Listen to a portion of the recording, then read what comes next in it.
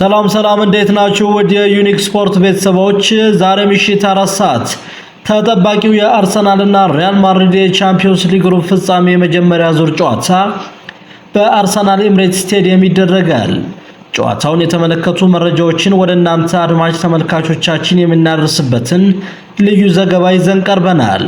ዩቲዩብ ቻናሉን ሰብስክራይብ፣ ላይክ፣ ሼር በማድረግ ቤተሰብ እንድትሆኑ እንጋብዛለን። ማክሰኞ መጋቢት 30 ምሽት 4 ሰዓት ሲል አርሰናል በኤምሬትስ ስቴዲየም ሪያል ማድሪድን የሚያስተናግድበት የቻምፒዮንስ ሊግ ሩብ ፍጻሜ ጨዋታ የዓለምን ቀልብ ስቧል። ሎስ ብላንኮች በኤምሬትስ በእጅጉ እንደሚፈተኑ ይጠበቃል።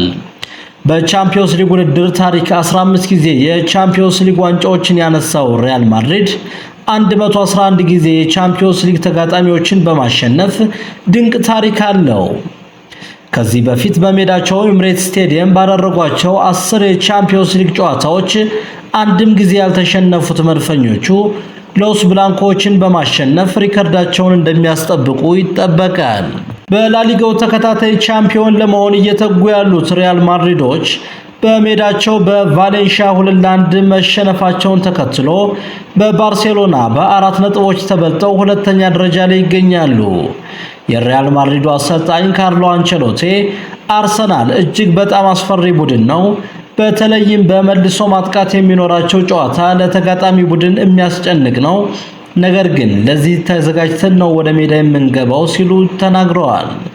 በተጨማሪም ካርሎ አንቸሎቲ ስፔናዊ የአርሰናል አሰልጣኝ ሚኬል አርቴታን አድንቀዋል። በ5 ዓመታት አርሰናልን አውሮፓ ውስጥ ከሚገኙ ጠንካራ ክለቦች መካከል አንዱ አድርጎታል፣ ለዚህም ትልቅ ክብር አለኝ ሲል አክሏል። የአርሰናሉ አሰልጣኝ ሚኬል አርቴታ በበኩሉ ለአርሰናል ደጋፊዎች ጠንከር ያለ መልእክት አስተላልፏል። ይህ የሩብ ፍጻሜ መጀመሪያ ጨዋታ በኤምሬትስ ስቴዲየም መሆኑ ትልቅ ትርጉም አለው። ሁሉም የመድፈኞቹ ደጋፊዎች ሜዳ ውስጥ ገብተው ኳስ እንዲመለከቱ ብቻ ሳይሆን ከኛ ጋር አብረው ኳስ እንዲጫወቱ ፈልጋለሁ ሲል ለደጋፊዎች ጠንከር ያለ ከጎናችን እንድትሆኑ የሚል መልእክት አስተላልፈዋል። ደጋፊዎች ቀደም ብለው በማሟሟቂያ ስፍራ ሳይቀር በመገኘት አብሮነታቸውን እንዲያሳዩን እንፈልጋለን ያለው ሚኬል አርቴታ ተጫዋቾቼ እስከ መጨረሻው ሽርፍራፊ ሰከንድ ሳይቀር ጠንክረው እንዲፋለሙ አደራ ብያቸዋለሁ ሲል አክሏል። የመድፈኞቹ አጥቂ ራሂም ስተርሊንግ 3 ቢጫ ካርዶችን በማየቱ በዚህ ጨዋታ መሰለፍ አይችልም።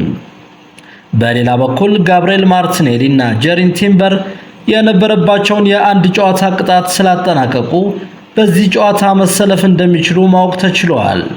ጋብሪኤል ማጋሊሽ፣ ካይ ሃቨርትዝ፣ ጋብሪኤል ጄሱስ እና ቶሚያሱ እስከ ውድድር ዓመቱ መጨረሻ በጉዳት ምክንያት የማይሰለፉ ተጫዋቾች መሆናቸውን ማረጋገጥ ተችሏል። ሎስ ብላንኮች የ4-4-2 አሰላለፍን በመከተል ወደ ሜዳ እንደሚገቡ ይጠበቃል።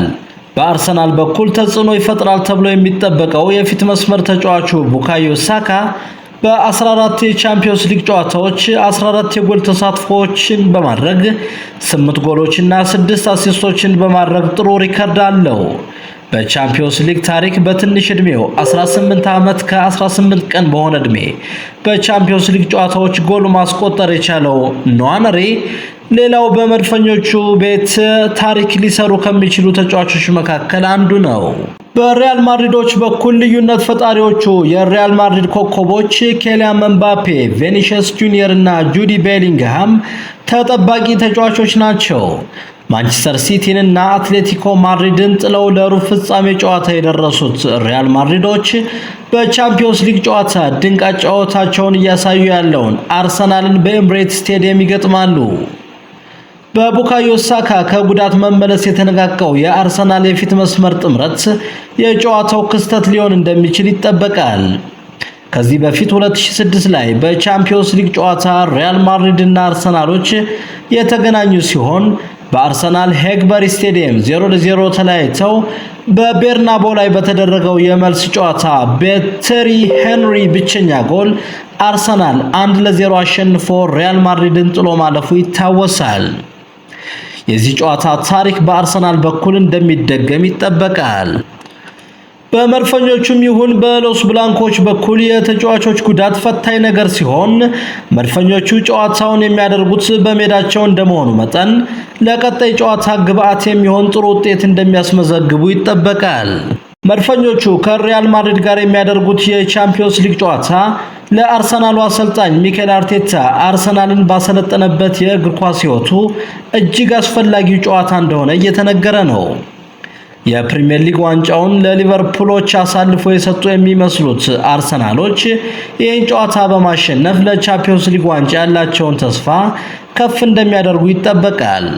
ሙሉ ትኩረታቸውን የቻምፒዮንስ ሊግ ዋንጫው ላይ አድርገው እየሰሩ ያሉት መድፈኞቹ ሪያል ማድሪድን በሩብ ፍጻሜ ጥሎ ሙሉ ትኩረታቸውን የቻምፒዮንስ ሊግ ዋንጫው ላይ አድርገው እየሰሩ ያሉት መድፈኞቹ ሪያል ማድሪድን በሩብ ፍጻሜ ጥሎ ማለፍ ጨዋታ በማሸነፍ የዋንጫ ተፋላሚ እንደሚሆኑ ይጠበቃል። በአርሰናል በኩል ቋሚ አሰላለፍ ምርጥ 11 ተጫዋቾች ዴቪድ ራያ፣ ጀሪን ቲምበር፣ ዊሊያም ሳሊባ፣ ጃኮብ ኩዌር፣ ሉዊስ ኬሊ፣ ማርቲን ኦዲጋርድ፣ ቶማስ ፓርቴ፣ ዲክላን ራይስ፣ ቡካዮ ሳካ፣ ላንድሮ ትሮሳርድ እና ጋብሪኤል ማርቲኔሊ ሊሆኑ እንደሚችሉ ይጠበቃል። ክቡራትና ክቡራን ወደ ዩኒክ ስፖርት ቤተሰቦች ዩቲዩብ ቻናሉን ሰብስክራይብ በማድረግ ቤተሰብ እንድትሆኑ እንጋብዛለን።